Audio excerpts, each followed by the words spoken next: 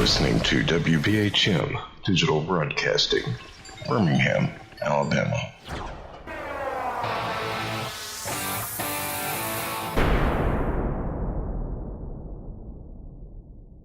Thank you for listening to WBHM Digital Broadcasting out of Birmingham, Alabama. The time is 45 minutes after the hour. That's got to stop sneaking up on me. Welcome back to the Paranormal Pride. I'm talking to Frank Bennett, the author of Encounter with the Aberdeen Wildman, a true story. And in chat, we have a question from Tom McNicholas. He's the one that's putting on that Spook Show Con I was telling you about at the last break. He asks, do you think that some wild humans may live in forests around the world and exist like animals? Oh, you are going to so love my book. Because, by the way, there is on YouTube, I posted the entire speech from Martinsburg, West Virginia this past August. And in a portion of that, and in the book, I cover wild men. And in this country, every day, this according to the FBI, more than 1,500 people go missing. Every darn day.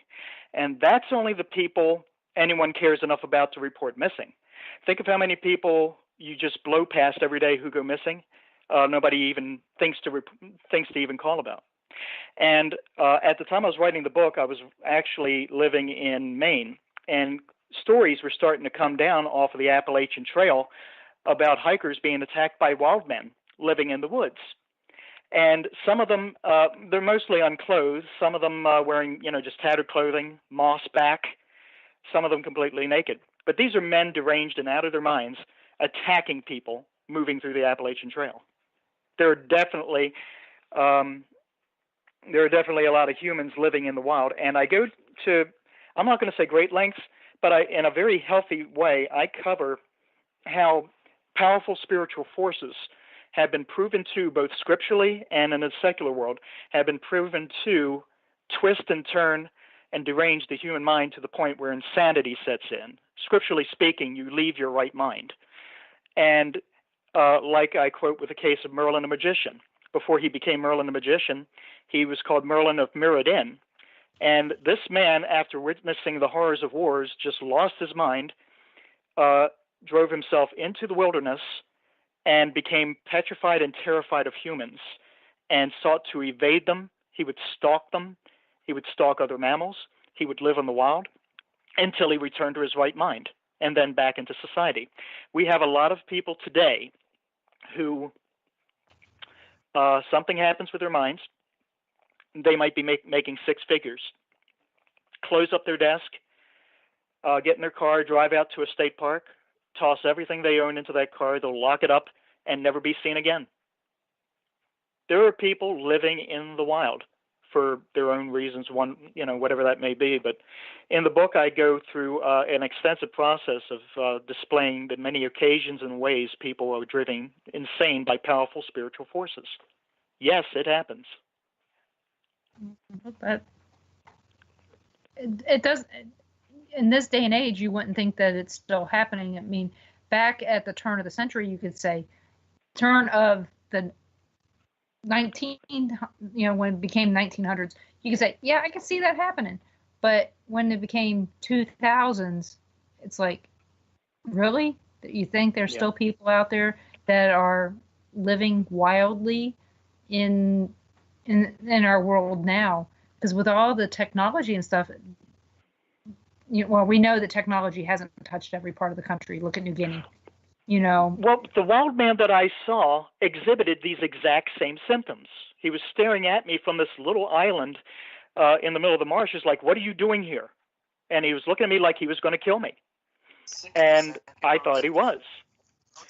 And he didn't actually attack me, which is what I expected. Instead, he just lost this gigantic fit of rage, ran all over that island, screaming and hollering.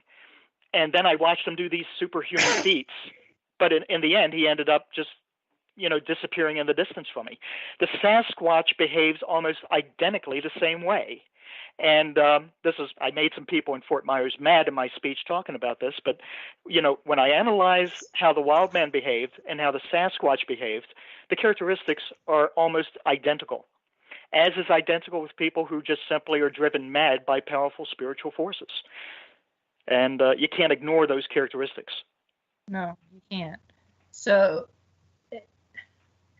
I don't know. It's kind of making me think that, I mean, do you think that there are some civilized people that just actually just go and, like you were talking about Merlin, do you think that there's some civilized people that just go and hide out for a while and then come back, like our survivalist type people that do that kind of stuff and just go out there and hide out like wild people for a while and then just come back and reinsert themselves into society like nothing's ever happened?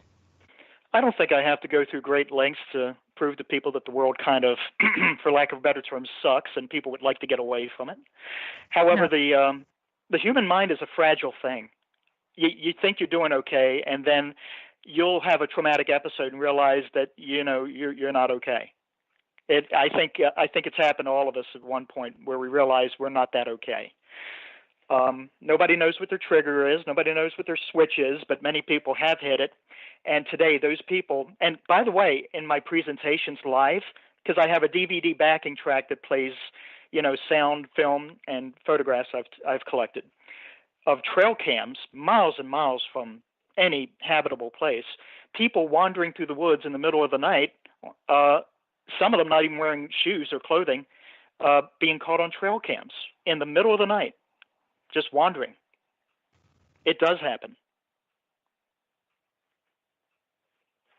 I just, for me, I guess that city girl part in me comes out and says, why? But I know that it just is what it is. There's just some people that are not going to be part of society, period. Maybe they're not even really people, like you're talking about the Aberdeen wild man. He may not even be, he may be humanoid, but not actually human. Right. Mm-hmm. And what else? I told you, I think I told you on Facebook when I got back from Fort Myers, I kind of made some people mad, but I'm not one of these people in the paranormal field that wants to agree with what everybody thinks is kosher. I call it as I see it. And quite honestly, in Scripture, I found examples of how powerful spiritual forces can actually alter the mental and physical state of a living thing. And of course, we have the subject of lycanthropy, which is what I just described, and it's named after a race of people in ancient Greece who, during different phases of the moon, would transform into altered beasts, not necessarily wolves, beasts. And this is what gave rise to the werewolf legend, which still goes on to this day. There are people still encountering werewolves. To another breed of such would be the dogman, another altered human beast. And I wondered, is my wild man an altered human beast? Wow. I'll go back to square one. I mean, no mammal in nature is capable of a 15-foot vertical leap, but I watched it happen. There's also, in Maryland, we have the story of the goat man. Texas thinks it belongs to them. Other states thinks it belongs to them, but the history of the goat man actually goes back to Maryland long before it existed in any other place in the United States. But what state is it that has the Goat Man Bridge? That's in Alton, Texas. That's in Texas also. Okay. Mm-hmm. The only reason I remember it is because I hang out in Alton, Illinois, and I was like, okay, Alton, Texas, I can remember this. But I don't know. Does that fall along the same lines as the Aberdeen wild man and does it fall in line with lycanthropes? I believe it does, yes. But now, and then this is where we as paranormal enthusiasts have to be very careful. We have seen time and time again examples of how spirits, entities, can actually mimic the living, and also mimic the living in a deranged form. Are you looking at a physical living representation of something, or are you actually looking at a spirit disguised to look like that thing? Physics will always dominate the situation. It is not physically possible for any living mammal to leap 15 feet in the air. It's also not physically possible for a physical living being to vanish right in front of you, or appear for that matter. However, many of these entities have done so. Physics still applies in this situation. Right. Physics is physics. It does not change, or at least it shouldn't. That's right. And this is where the spiritual realm comes in. The spirit entities have proven this ability to not just mock living things, not just people, living things, but also alter the physical appearance of things. And so that's why I ask, as paranormal enthusiasts, we have to be careful of where we're drawing the line here, because the first assumption we make when we see a beast or a person is that living. And when I made people mad in Fort Myers by asking you quite plainly about the Sasquatch, does only a living thing leave a footprint? Can only a living thing leave a handprint? I think you can think of many situations in the past with the paranormal where people have reported ghost footprints, ghost handprints left in the snow, the sand, on wood floors, things like that. Can only living things leave footprints? I have to say no. Because that's right. Because if I've been touched by a spirit, by any part of them physically, then I have to answer logically to no, even though my brain is saying this isn't possible, but my logic is saying this has happened, so it has to be for real. So, it is, I can't change what I felt or what I see. As my eyes playing tricks on me and did something else do this, that's a whole other question. But I don't know. It'd be interesting to think about. Well, going back to the Sasquatch real quick, and I'm going to throw this out because if I don't, I'll forget it. But in the same breath, I was talking to that audience at Fort Myers about only living things leaving footprints. In regard to the Sasquatch, when you look at a Sasquatch footprint casting, bear in mind you're looking at the only actual evidence that the Sasquatch was even there at all, aside from the eyewitness accounts, which stretch back over hundreds and even thousands of years, spans generations, and is worldwide. That's the only actual evidence we have of a Sasquatch exists at all. If it weren't for the fact we discovered bones in various places in the world, we would never have known the dinosaurs even existed at all, because they don't appear in any historical records. They were gone before mankind civilized. Yeah. We don't have that with a Sasquatch. We don't have bones for the Sasquatch.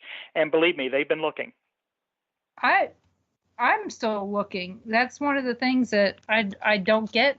We don't have time to get into that question that I have on that, because we've got about a minute and a half till our news break.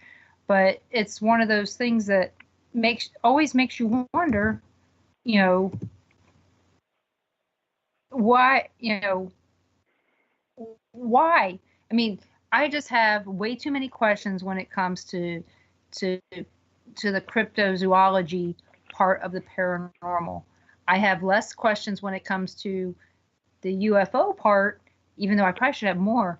But I have a better chance of believing that there are beings outside this world that I can't explain, better than I can accept that there might be Bigfoots here, where, and if there is, why can't we find any proof of Bigfoot, Dogman, any of these, what I'm going to have to call mythological or urban legend type creatures? We found no proof of them. So that's where I have some issues with that. I mean, yes, I believe in God. I can't see him. I believe in ghosts, and most people can't see them. But I have an issue with Bigfoot. So, but keep this in mind, everyone. We're going to come back and we're going to talk about where is Bigfoot where does he go when he dies? So you're listening to WBHM Digital Broadcasting out of Birmingham, Alabama.